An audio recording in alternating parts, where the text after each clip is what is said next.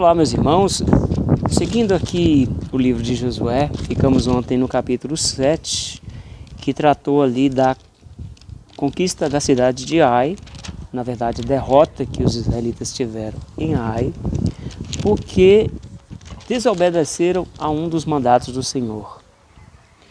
O capítulo 7 inicia dizendo que prevaricaram os filhos de Israel nas coisas condenadas, porque Acã, filho de Carmi, filho de Zebedi, filho de Zera, da tribo de Judá, tomou das coisas condenadas, e a ira do Senhor se acendeu contra os filhos de Israel.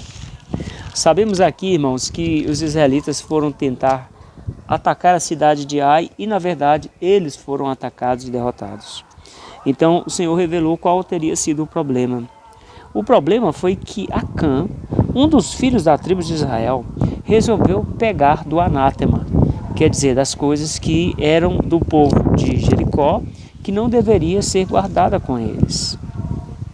O Espírito de Profecia aqui traça alguns comentários sobre esse assunto e diz que Deus declarou que a idolatria não deveria ser colocada entre o povo de Israel. Somos advertidos a servir a Deus e não a Mamon. Temos diante de nós a sorte terrível de Acã, de Judas, de Ananias e Safira. Antes de todos estes, temos a de Lúcifer, aquele filho da alva que, cobiçando mais elevada condição, perdeu para sempre o brilho e ventura do céu. Irmãos, é interessante aqui que Acã, ele sabia dessas ordenanças que o Senhor tinha dado antes, ali na passagem do Rio Jordão, mas ele acabou cobiçando aquela capa babilônica e trouxe um grande problema para o povo de Israel. Veja aqui o que aconteceu, meus irmãos.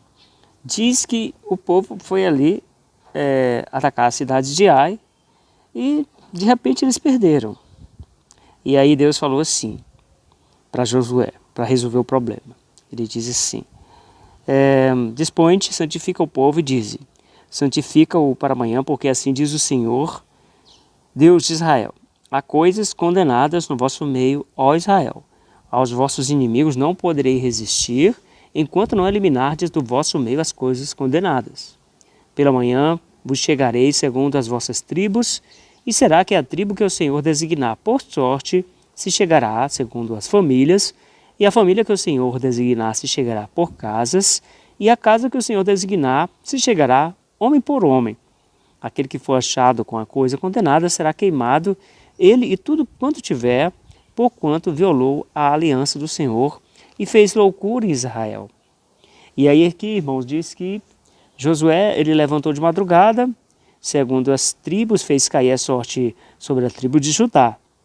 E da tribo de Judá caiu na família dos Zeraitas. E da família dos Zeraitas foi homem por homem, caiu sobre Zabdi.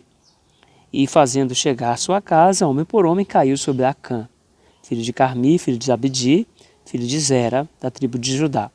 Então disse Josué a Acã: filho meu, dá glória a Deus, Deus de Israel, e a ele rende louvores, e declara-me agora o que fizeste, não me ocultes.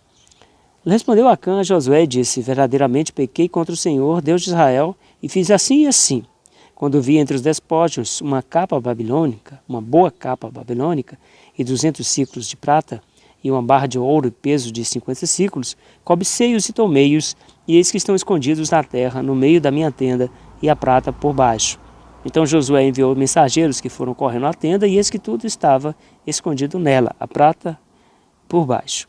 Tomaram, pois, aquelas coisas no meio da tenda e as trouxeram a Josué.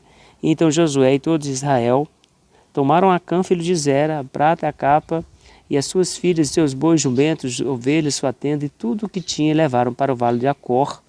E disse Josué: por que nos conturbaste? O Senhor hoje te conturbará. E todo Israel apedrejou, e depois de apedrejá-los, queimou-os. E levantaram sobre ele um montão de pedras que permanece até o dia de hoje, e o Senhor apagou o furor de sua ira, pelo que aquele lugar se chamou Vale de Acor até o dia de hoje. Irmãos, essa história aqui, ela mexe muito com o nosso coração, ela é terrível. Quando a gente lê, a gente sente ali no nosso sangue correr as dores destes momentos. momentos difíceis. O Espírito de Profecia, ele trata bem minuciosamente acerca desse tema.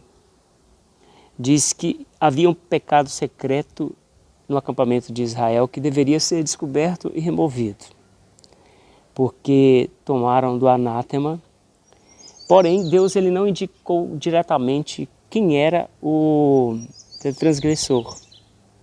Diz aqui, o pecador não foi diretamente indicado, ficando a questão em dúvida por algum tempo, a fim de que o povo pudesse sentir sua responsabilidade pelos pecados existentes entre eles e assim fosse levado ao exame de coração e humilhação perante Deus. Veja-se, irmãos, aqui que a busca ela foi minuciosa. Primeiro ali, tribo, foi descendo para famílias até chegar à pessoa. Então aquele que tinha cometido o pecado, no caso Acã, ele sabia de tudo isso. Só que aqui é revelado que ele confessou algo, assim como fez Judas, no momento em que tudo já estava por água abaixo, como diz.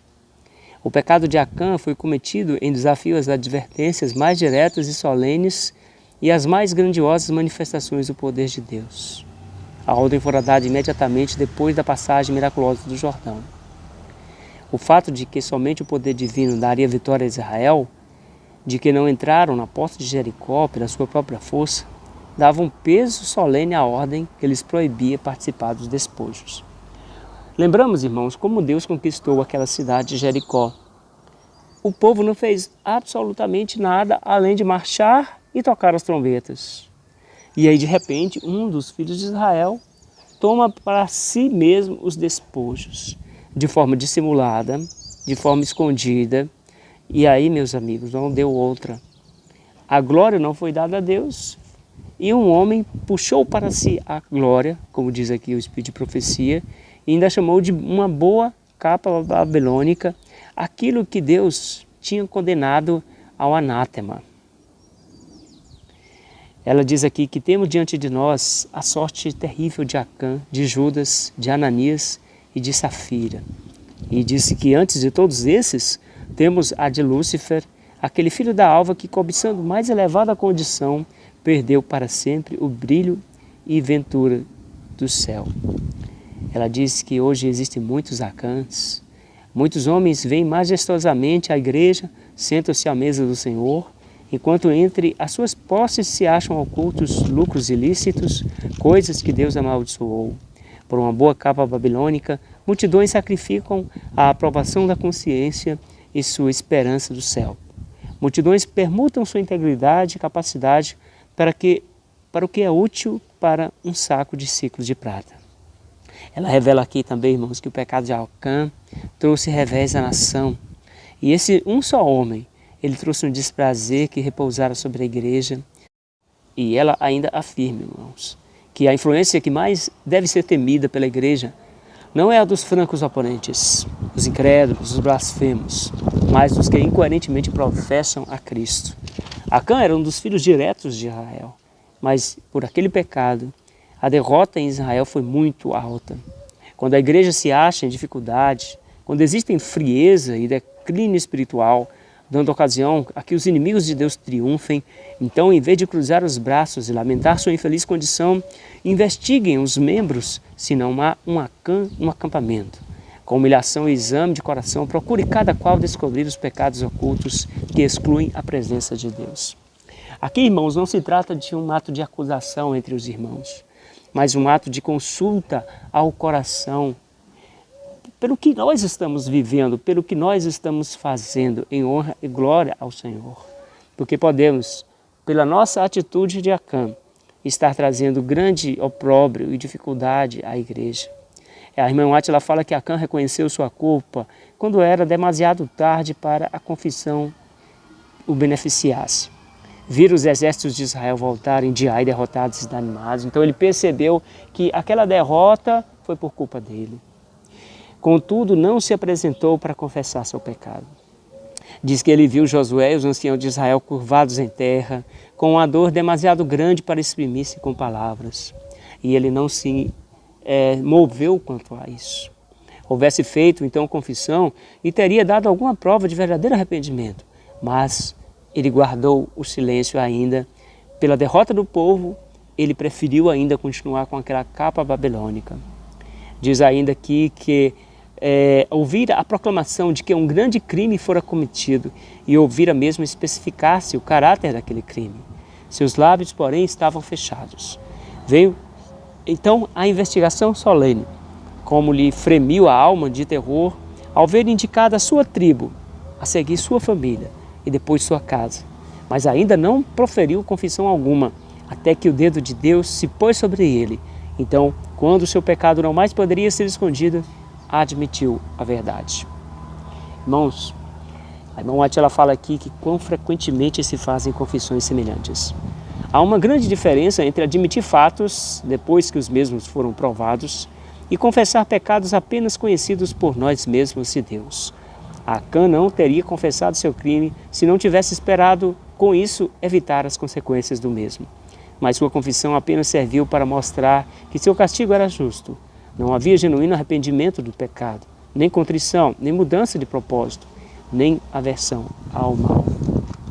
Então, irmãos, não devemos esperar até que todas as evidências mostram a culpa, como foi no caso de Acã, porque é muito perigoso admitir esses erros apenas no final de tudo. Acã ele viu todo o movimento e logo deveria se manifestar para evitar piores consequências. E Deus vagarosamente, pormenorizadamente, chegou à sua casa e à sua vida, e ele confessou algo que já estava devotado à destruição. Enquanto podem esconder suas transgressões de seus semelhantes, muitos como Acã sentem-se livres do perigo e lisonjeiam-se de que Deus não será severo ao notar a iniquidade. Demasiado tarde seus pecados pô-los-ão em descoberto naquele dia em que para sempre não serão purificados com o sacrifício nem com ofertas. Quando se abrirem os registros do céu, o juiz não declarará com palavras ao homem a sua culpa, mas lançará um olhar penetrante e convincente e toda ação, todo cometimento de vida gravar-se vividamente na memória do malfeitor. Queridos, há um Deus que revela mistérios e conhece todo o nosso coração. O Senhor hoje, Ele não quer nos acusar, não quer nos destruir, como fez com Acã. Ele, na verdade, quer nos alimentar da vida e vida em abundância. Então, a solução indicada pela palavra de Deus é que nós confessemos os nossos pecados, porque Ele é fiel e justo para nos purificar os pecados e de toda a injustiça. Sim, meus irmãos, que possamos aprender com essa história de Acã a misericórdia de Deus. Dando continuidade aqui no capítulo 8, agora sim, Ai é destruída. Então eles vão ali, né, com a presença do Senhor, saem vitoriosos. E logo Josué, ele renova a aliança com o povo. Diz aqui no verso 30 do capítulo 8 que Josué edificou um altar ao Senhor, Deus de Israel, como Moisés ordenou, segundo o que está escrito na lei de Moisés, a saber, um altar de pedras toscas, e escreveu ali em pedras uma cópia da lei de Moisés.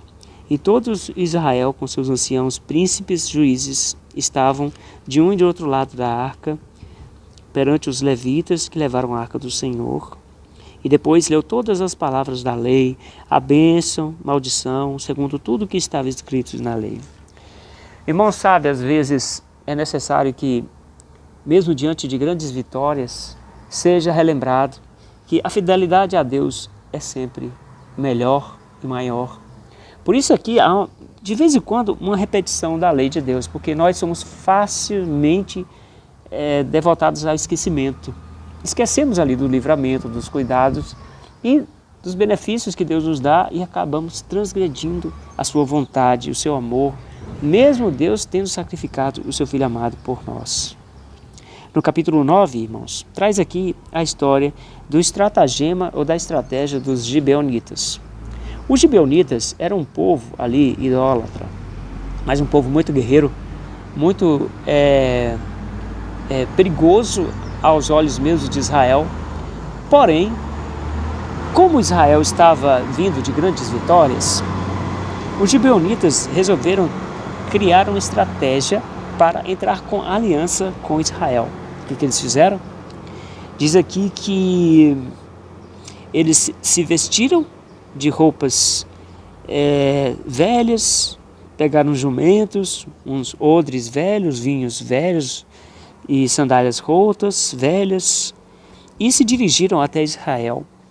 Foram ter com Josué no arraial, lá em Gilgal, e disseram: chegamos de uma terra distante, fazei, pois, agora aliança conosco. E os homens de Israel responderam aos heveus: porventura habitais no meio de nós, como, pois, faremos aliança convosco? Então, eles queriam saber se aqueles gibeonitas, eles estavam falando a verdade, se na verdade eles não eram vizinhos dele. Mas eles disseram não, que vieram de uma terra distante e não queriam ser conquistados por Israel, derrotados por Israel. Mas só que, na verdade, eles estavam mentindo. Usaram ali de uma estratégia para poder, não ser destruídos. Tudo bem, eles estavam com medo dos israelitas, mas se eles tivessem chegado ali e falado a verdade: olha, somos teus vizinhos, não queremos lutar contra vocês, e nós queremos fazer paz com vocês, etc. Só que eles mentiram. E nessa mentira, até o próprio Josué, ele foi enganado aqui. Diz a Bíblia que ele não consultou, o povo não consultou ele também ali ao Senhor, e resolveram fazer paz com aqueles embaixadores. Mas o que acontece? Diz que ao cabo de 3 dias, depois de terem feito aliança com eles, ouviram que eram seus vizinhos e que moravam no meio deles. E aí isso deixou os israelitas muito chateados. E Josué perguntou para eles assim: por que vocês nos enganaram? Agora sois malditos, e dentre vós nunca deixará de haver escravos, rachadores de lenha, tiradores de água para a casa do meu Deus. Então, irmãos, aqui o que acontece? Esse povo diz que eles eram uma nação nobre, né? Diz que lá não tinha um rei, mas eram governados ali por senadores, governadores, etc. Um povo muito nobre, guerreiro, lutador. E isso virou tipo uma piada no meio do povo, porque um povo tão guerreiro, tão forte, se entregou a Israel e virou rachador de lenha. Eles fizeram aquele tipo de estratégia de ir ali, mal vestido, etc.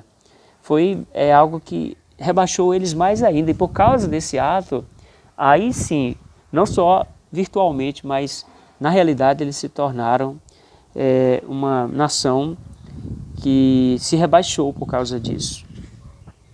E aí o que acontece? As outras nações, ali 5 reis, no caso aqui o capítulo 10 fala, resolveu então atacar a cidade de Gibeão. E como os gibeonitas tinham feito acordo com os israelitas, do jeito que foi, os gibeonitas resolveram pedir aos israelitas que os protegesse desses 5 reis que queriam atacar Gibeão. E aí o que acontece? Josué foi lá e socorreu a cidade de Gibeão. Diz aqui no capítulo 10 que os homens de Gibeão mandaram dizer a Josué: não retires as tuas mãos do teu servo, sobe apressadamente a nós e livra-nos e ajuda-nos, pois todos os reis dos amorreus que habitam nas montanhas se ajuntaram contra nós. Essa aqui, irmãos, traz uma passagem muito bonita, miraculosa, interessante. Quando Deus agiu aqui miraculosamente, dando a Josué resposta ao seu pedido. Quando Josué falou ao Senhor no dia em que o Senhor entregou os amorreus nas mãos dos filhos de Israel: Sol, detém-te em Gibeão, e tu, lua, no vale de Ajalon. E o sol se deteve e a lua parou até que o povo se vingou de seus inimigos. Irmãos, veja aqui que Josué, ele pediu conselho de Deus. Ele orou a Deus e Deus deu para ele a vitória. Deus mandou ainda do céu grandes pedras até a Zeca e que ajudaram a vencer aquela batalha. Irmãos, nessa passagem aqui, o Espírito de Profecia diz que o segredo do êxito está na união do poder divino com o esforço humano. Aqueles que levam a efeito os maiores resultados são os que mais implicitamente confiam no braço do Todo-Poderoso. O homem que ordenou o sol, detém-te em Gibeão, e tu, lua, no vale de Ajalon, É o homem que durante horas jazeu prostrado em terra, em oração no acampamento em Gilgal. Os homens de oração são os homens de poder. Querido, essa é uma história para mim e para você. Se você está lutando uma luta difícil, complicada na sua vida, confia no Senhor. Coloca ali os teus joelhos no chão. Ou anda diariamente com o Senhor, pedindo-lhe auxílio em toda decisão, em todo ato, em toda direção. E Ele estará contigo. Ele deteu a lua e deteu o sol para vencer aquela guerra. O que o Senhor não fará pelos filhos que a Ele se dirigem? Querido irmão, querida irmã, você é um filho e uma filha de Deus. Você pode clamar a Ele a vitória. Que Deus te abençoe e te guarde mais esse dia, em nome de Jesus. Amém.